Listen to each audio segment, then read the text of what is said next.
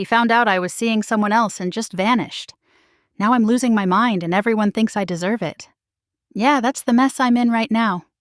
I'm Jackie, 26, and my life just imploded in the most surreal way possible. I'd been with Greg for 4 years, lived together for 2 of those, and everything seemed fine until last month. I spent the day with my family, just a normal Saturday catching up with my mom and sister, nothing special. When I got home that evening, I immediately felt something was off. The apartment was too quiet, too neat. I called out for Greg, but no answer. I walked into our bedroom and froze. His side of the closet was empty, the drawer where he kept his watches and cologne cleared out, the bathroom cabinet half empty. It was like someone had surgically removed every trace of him from our apartment while I was gone for the day. No note, nothing, just gone. I immediately called his phone, straight to voicemail. Texted him, no delivery receipt. Checked Instagram to see if he'd posted anything and discovered I was blocked. Same on Facebook, Snapchat, everything. It was like I'd been erased from his digital life in an instant. I started panicking, calling our friends, asking if they'd heard from him.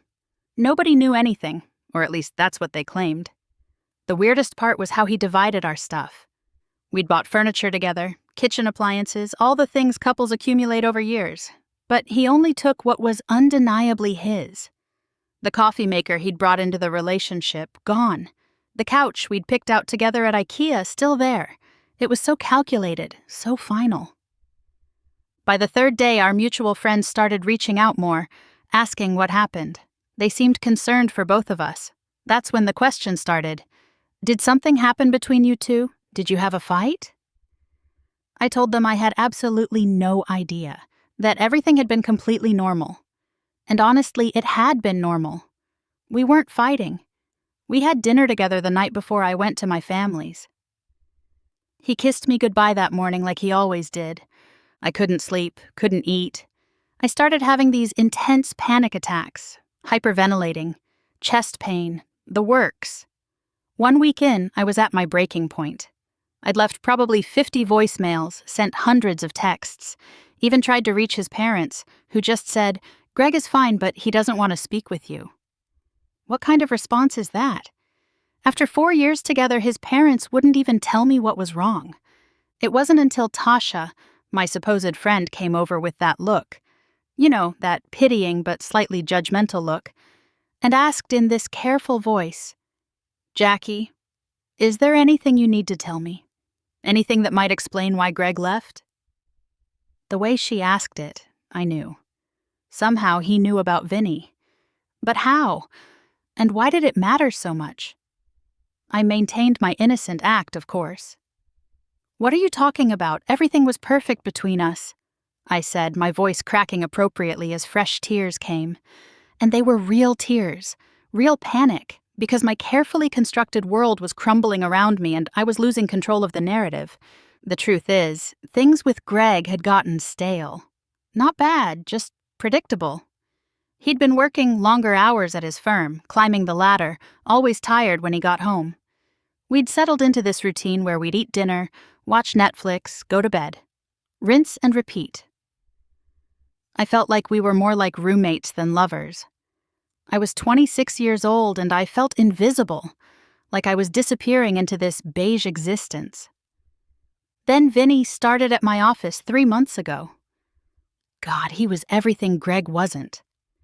Where Greg was steady and predictable, Vinny was spontaneous and exciting. He had this energy about him, this way of making everything feel more alive. He noticed things about me that Greg had stopped seeing years ago.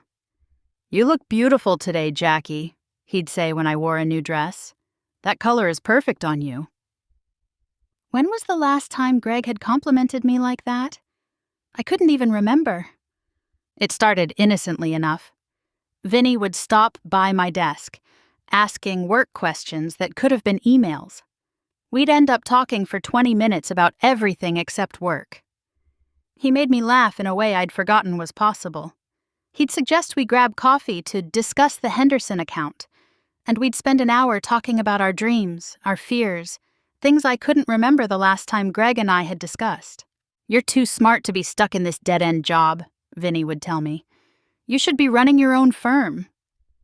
Greg never talked to me like that. Greg loved that I had a stable job with good benefits, never pushed me to take risks or dream bigger. Vinny saw potential in me that I'd forgotten I had. The first time we kissed, it wasn't planned. We'd gone for drinks after work, nothing unusual, half our department was there initially. But as the night went on, people drifted away until it was just us in that dimly lit corner booth. He was telling me about his divorce, how his ex-wife never really saw him, never appreciated him. She treated me like I was just another appliance in the house, he said. Useful, reliable, but not particularly interesting. I knew exactly what he meant. That's how I'd been feeling with Greg for months, like I was just part of the furniture of his life. When Vinny walked me to my car, the chemistry was undeniable. The way he looked at me, really looked at me like I was the most fascinating woman he'd ever met.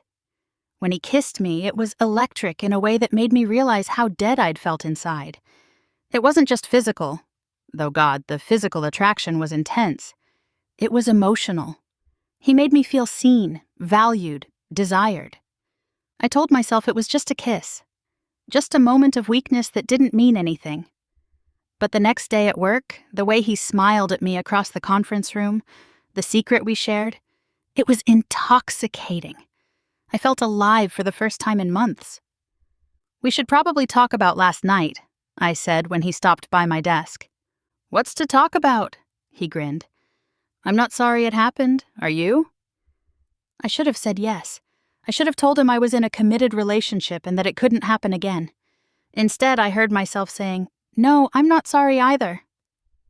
That afternoon, he suggested we grab lunch. Then it was drinks again the following week. Each time we'd end up somewhere more private, and each time things went a little further. I told myself I wasn't technically cheating, not really. We were just talking, just connecting emotionally. The physical stuff was just kissing, just touching. It didn't count the same way, but 3 weeks in, when he invited me to his apartment to see his photography portfolio, we both knew that wasn't why I was going. The sexual tension had been building for weeks.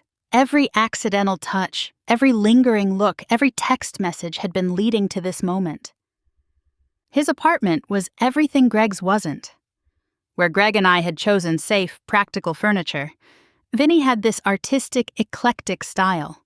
Vintage guitars on the walls, books stacked everywhere, candles creating this warm, intimate atmosphere. You're an amazing woman, Jackie, he said, pouring us both wine. I can't stop thinking about you. When was the last time Greg had said something like that to me?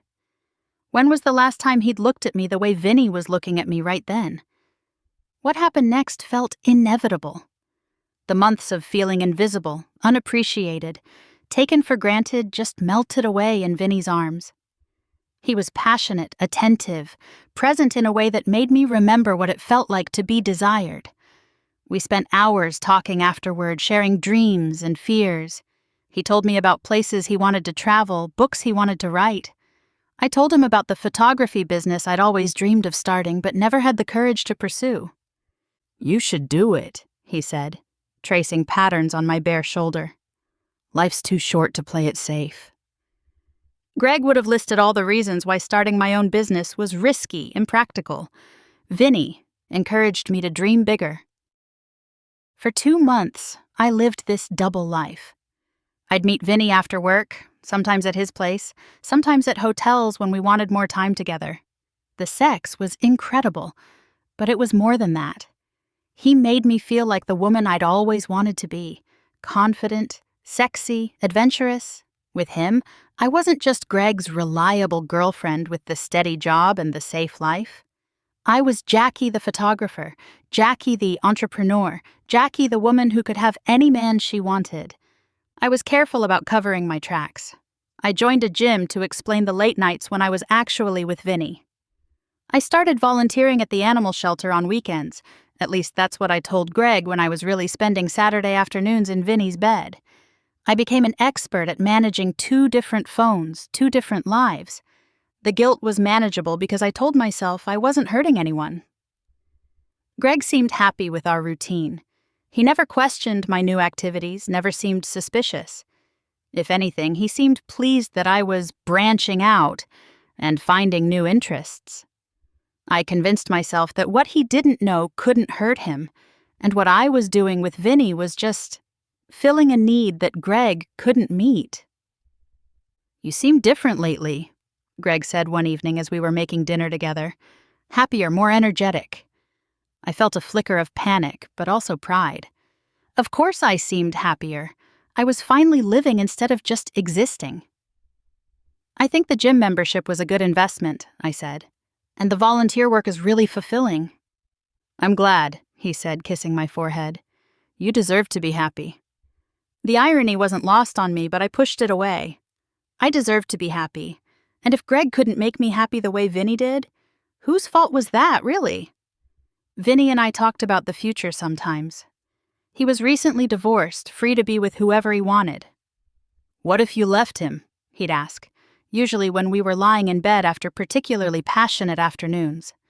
"What if we could be together for real?" "It's complicated," I'd say.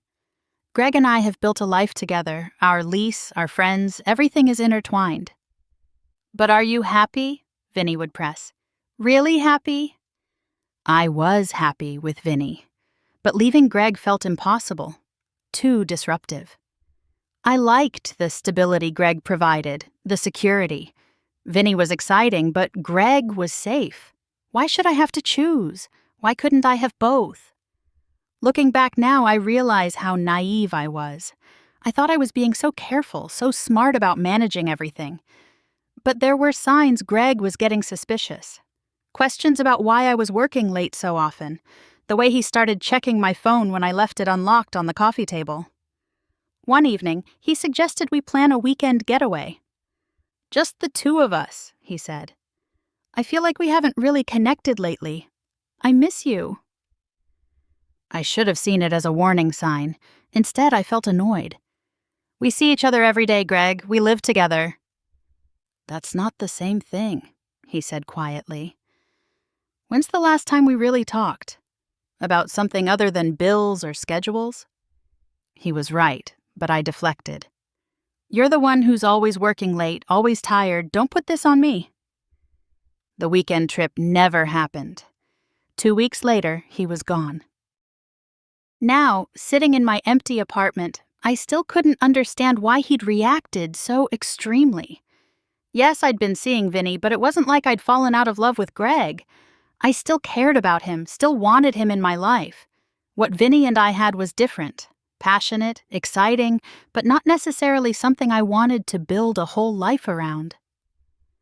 Greg was the one I'd planned a future with, the one I'd introduced to my family, the one whose name was on our lease. Why couldn't he see that what happened with Vinny didn't erase 4 years of history? People make mistakes. People get lonely and make bad choices. That doesn't mean you throw away everything you've built together. If Greg had just talked to me, just given me a chance to explain, I could have made him understand that Vinny didn't mean anything compared to what we had, but instead he chose to be dramatic. He chose to punish me by disappearing, by refusing to even have a conversation about it. What kind of person does that? What kind of person throws away 4 years without even trying to work things out? 2 weeks after he vanished, Tasha called, her voice strange, distant. "Greg reached out to me," she said. "He wanted me to check on you, make sure you're okay." "What? Where is he? Did he say anything about why he left?" My heart raced. A pause. "Jackie, he knows about Vinny. He has proof. He showed me the messages." My stomach dropped. "What are you talking about?" "Don't," she said, her voice hardening. "Just don't. He has screenshots, hotel receipts. He even followed you one night. He saw you with him." I hung up and threw my phone across the room. The worst part wasn't that Greg knew the truth. It was that now others were beginning to know it too. And they were all taking his side, like I was some kind of monster instead of just a woman who had needs that weren't being met. 3 weeks in, and everything was falling apart. After Tasha's revelation, the floodgates opened. Greg had apparently sent evidence of my relationship with Vinny to several of our closest friends, Not publicly, not vindictively, just privately sharing why he'd left so suddenly. One by one, my support system crumbled. "I can't believe you made us worry about you when you were the one cheating," Isla texted before blocking me. Cheating. That word felt so harsh, so black and white. What Vinny and I had wasn't some sordid affair. It was a connection, a relationship that had developed naturally because of what was missing in my relationship with Greg. Why couldn't anyone see the difference? "Greg is heartbroken. How could you do this to him? To us? We trusted you," wrote Ryan, who'd been at our housewarming party, who'd helped Greg pick out my birthday gift last year. Even people who didn't know the specifics started acting differently around me. Whispers followed me at work. Vinny began taking his lunch at different times, avoiding eye contact in meetings. The coward couldn't even stand by what we'd had together once things got complicated.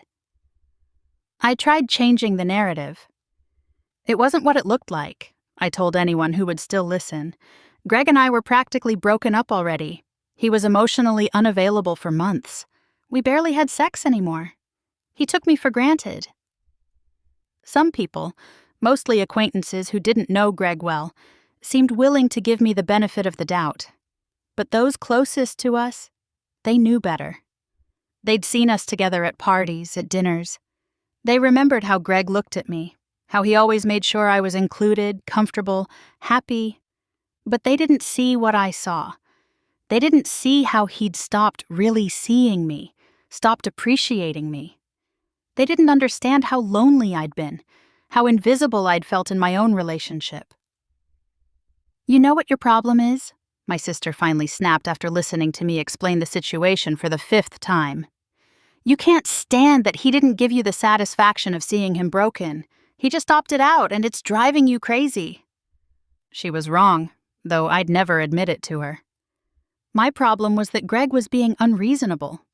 He was punishing me for having human needs, for seeking connection when he'd stopped providing it. The fact that he hadn't fought for me, hadn't begged to know why, hadn't given me the chance to explain how his neglect had driven me to Vinny. It was infuriating and unfair. I became obsessed with tracking him down. I needed to find him, needed to talk to him face to face, where my tears and our history might still hold some power. If I could just see him, touch him, remind him of what we had before things went wrong, maybe I could make him understand. Not because I necessarily wanted him back. At this point, I wasn't even sure I did. But because I couldn't stand being painted as the villain when he'd contributed to the problems in our relationship, too. 2 months after Greg vanished, I got my break. A casual scroll through a mutual friend's Instagram stories revealed a location tag, a new coffee shop across town. And there, in the background of a group photo, barely visible but unmistakable, was Greg, sitting at a corner table, laptop open, looking fine. He looked fine. Not devastated, not hollowed and broken, just normal. Something snapped inside me. While I'd been falling apart, missing work, alienating friends and having panic attacks on my bathroom floor, he'd been moving on. The unfairness of it all was staggering. I didn't plan what happened next. I just found myself driving to that coffee shop the following morning, arriving at 8:15. Greg was always ritualistic about his morning coffee. I parked across the street and waited, heart hammering so hard I could barely breathe. At 8:20, he appeared walking up the street in his charcoal pea coat. He looked good, rested, calm, purposeful. I watched him order at the counter, exchange a familiar smile with the barista. How often had he been coming here? Then settle at a table near the window. Before I could talk myself out of it, I was crossing the street, pushing open the coffee shop door, walking toward him. He didn't notice me until I was standing right at his table, casting a shadow across his open laptop. "Jackie." Just my name, spoken flatly, no surprise or emotion, as if he'd been expecting this moment. "You just left." My voice sounded strange, strangled. "No explanation, no fight, nothing. 4 years, and you just disappeared." "Sit down," he said quietly, glancing around at the other customers who were beginning to stare. "You're making a scene." You know why I left, he said, his voice low but steady. You know exactly why. You could have talked to me, given me a chance to explain. The words tumbled out of me, all the arguments I'd been rehearsing for months. What Vinny and I had wasn't serious, it was just, I was lonely, Greg. You stopped seeing me. You stopped making me feel special. Stop. He held up his hand. I'm not doing this. I'm not sitting here listening to you rewrite our relationship to justify your choices. I'm not rewriting anything. My voice cracked with genuine frustration. You were working 60-hour weeks. When's the last time you took me on a real date? When's the last time you told me I looked beautiful? Vinny made me feel alive again. Greg's jaw tightened. So this is my fault. That's not what I'm saying. But wasn't it partly? I'm saying we both contributed to the problems in our relationship. If you had been more present, more attentive, then you wouldn't have cheated. He said it flatly, without question. I wouldn't have needed to find connection elsewhere, I corrected. There's a difference. No, Jackie, there really isn't. Then why did you ask Naomi to check on me? Why do you care if I'm holding up all right? I threw Tasha's words back at him, searching for any crack in his armor. Because I'm not cruel, he said simply. I didn't want you spiraling, but that doesn't mean I owe you a conversation about this. You owe me closure. My voice rose again, causing more heads to turn. 4 years, Greg. 4 years of my life, of building something together, and you're throwing it all away because I made one mistake? Greg's eyes hardened. One mistake that lasted 2 months. One mistake that involved lying to my face every single day. One mistake that made me question everything I thought I knew about you. The barista approached, concern on her face.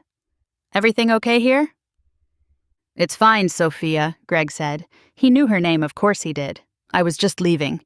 He stood, gathering his things with maddening calm. No, I grabbed his arm. You don't get to walk away again.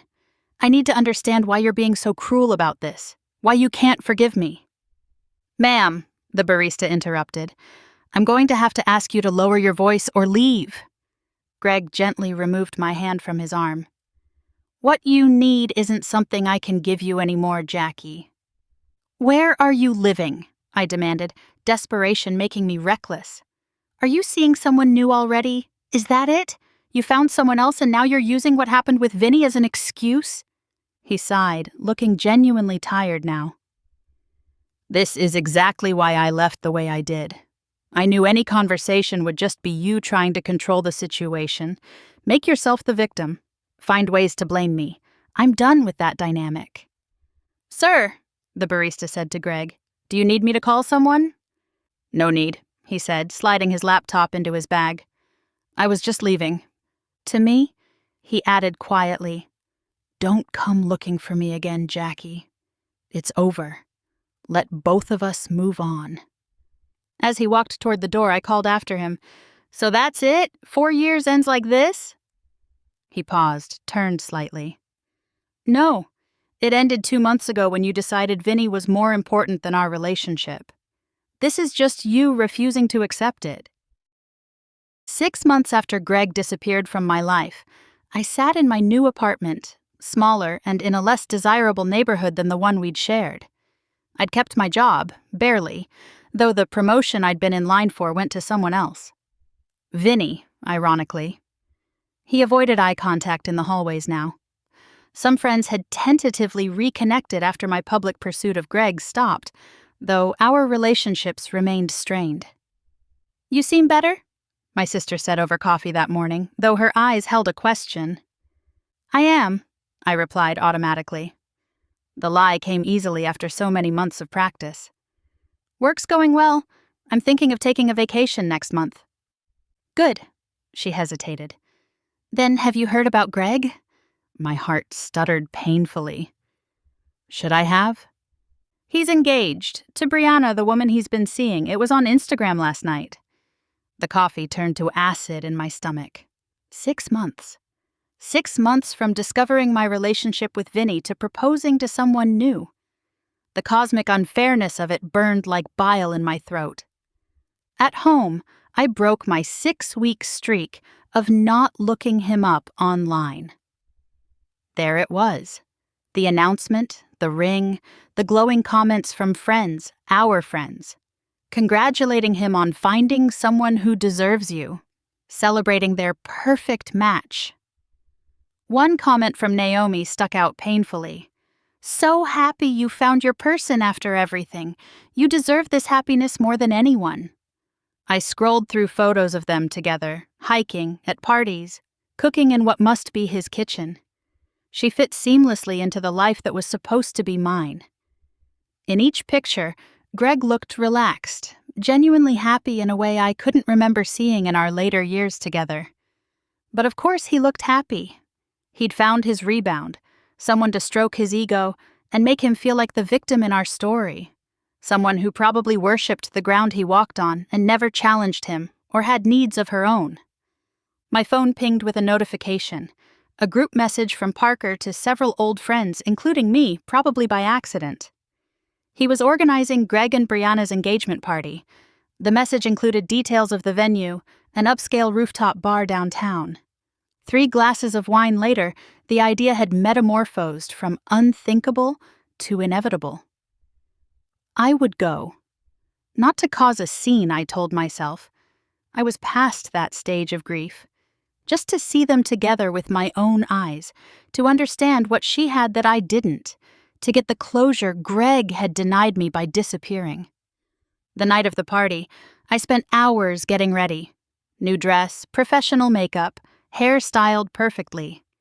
I arrived fashionably late, riding the elevator to the rooftop with a hammering heart. The hostess smiled as I approached the private section reserved for the party.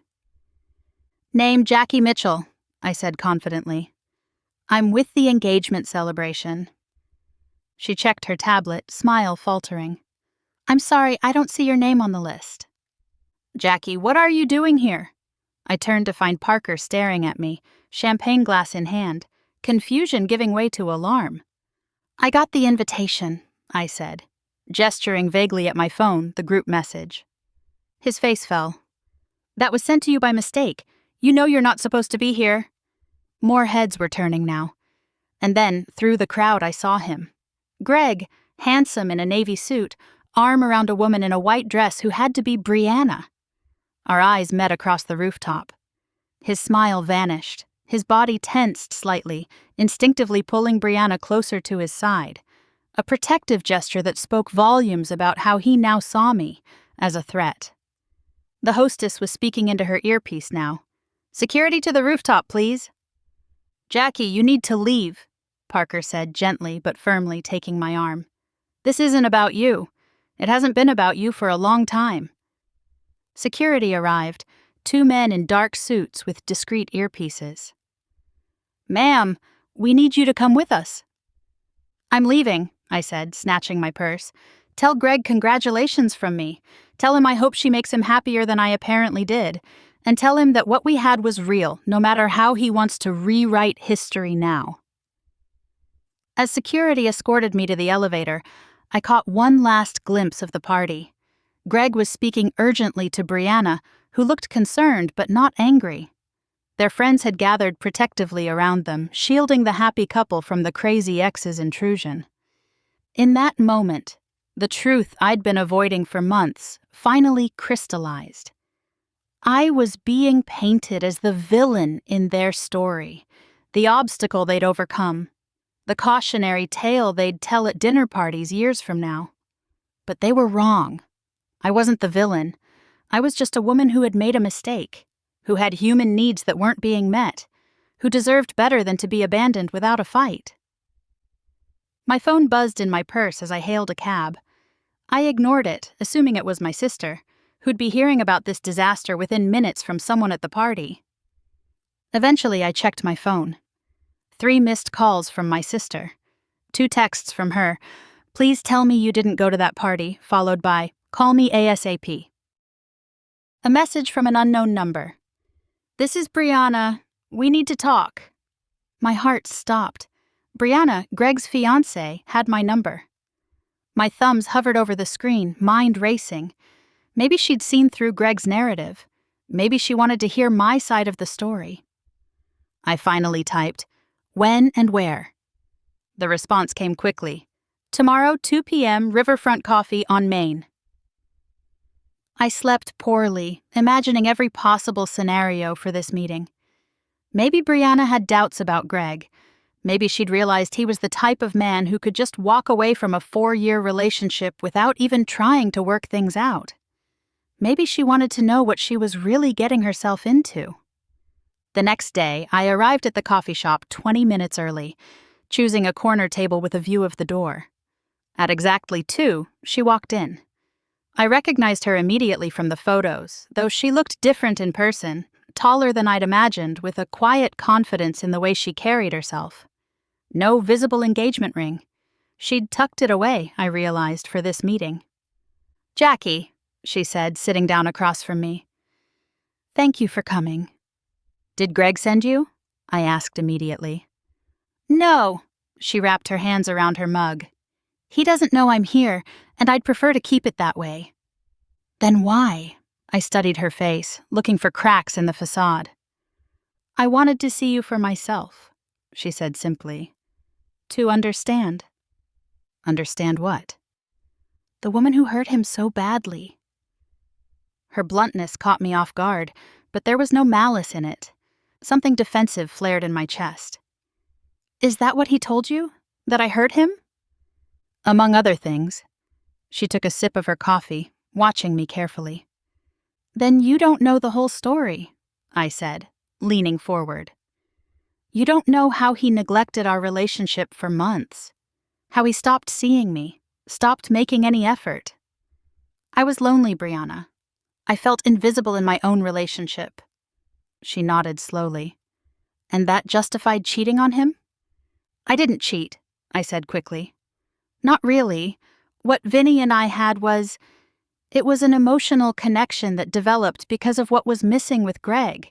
It wasn't just about sex." "But there was sex," she said quietly. "Yes, but..." I stopped, frustrated. "It's not black and white. Relationships are complicated. Greg wants to paint me as this terrible person, but he played a role in what happened too." "Can I ask you something?" She leaned forward slightly. "Do you think you loved Greg?" Of course I loved him. The question surprised me. I loved him for 4 years. I would have married him. "Then why did you risk losing him?" "I didn't think I would lose him," I admitted. I thought what he didn't know wouldn't hurt him. And if he found out, I thought he'd fight for us. I thought he'd want to work things out." "But he didn't." "No," I said bitterly. "He just ran, like a coward. Who does that? Who throws away 4 years without even trying?" Brianna was quiet for a long moment. "The Greg I know would never stay with someone who betrayed him," she said finally. "Not because he's unforgiving, but because trust means everything to him. Once it's broken, it's broken." "That's what everyone keeps saying," I snapped. "But that's not realistic. People make mistakes. People grow and change. If he really loved me, he would have at least tried to forgive me." "Or maybe," she said gently, "his love for you is exactly why he couldn't stay. Maybe staying would have meant compromising who he is." I stared at her, this woman who thought she knew Greg better than I did after 4 years. "He's painted me as the villain in this story, hasn't he? Made you think I'm some kind of monster." "Actually," she said, "he rarely talks about you at all. When he does, it's usually to say that you weren't a bad person, just not the right person for him." The casual dismissal stung worse than anger would have. "I should go," she said, gathering her things. "Greg will be wondering where I am." As she turned to leave, a final question burst from me. "Are you happy together?" She paused, then looked back with a small, genuine smile.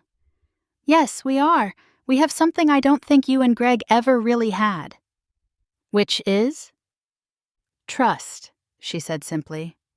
"Complete, absolute trust in each other." After she left, I sat alone with my cold coffee, her words echoing in my mind. Trust. As if it was that simple. As if Greg hadn't contributed to the breakdown of trust in our relationship by becoming distant and neglectful. For the first time since he'd vanished from my life, I felt a flicker of something that might have been understanding. But I pushed it away. Greg was the one who had given up on us. Greg was the one who chose the easy way out instead of fighting for what we had. I pulled out my phone and texted my sister, "Can I come over? I need to talk to someone who actually cares about me." Her response came immediately. "Always, doors open." I put my phone away and began walking, not looking back. Greg was gone. The life we'd planned was gone. But I wasn't the villain in this story, no matter what anyone else thought. I was just a woman who had made a mistake, who had needs that weren't being met, who deserved better than to be abandoned without a fight. Maybe someday I'd find someone who would appreciate me, who would fight for me, who wouldn't just walk away when things got complicated. Someone who understood that love meant working through problems together, not running at the first sign of trouble. Maybe that was the only closure I was ever going to get. Maybe it was the only closure I needed.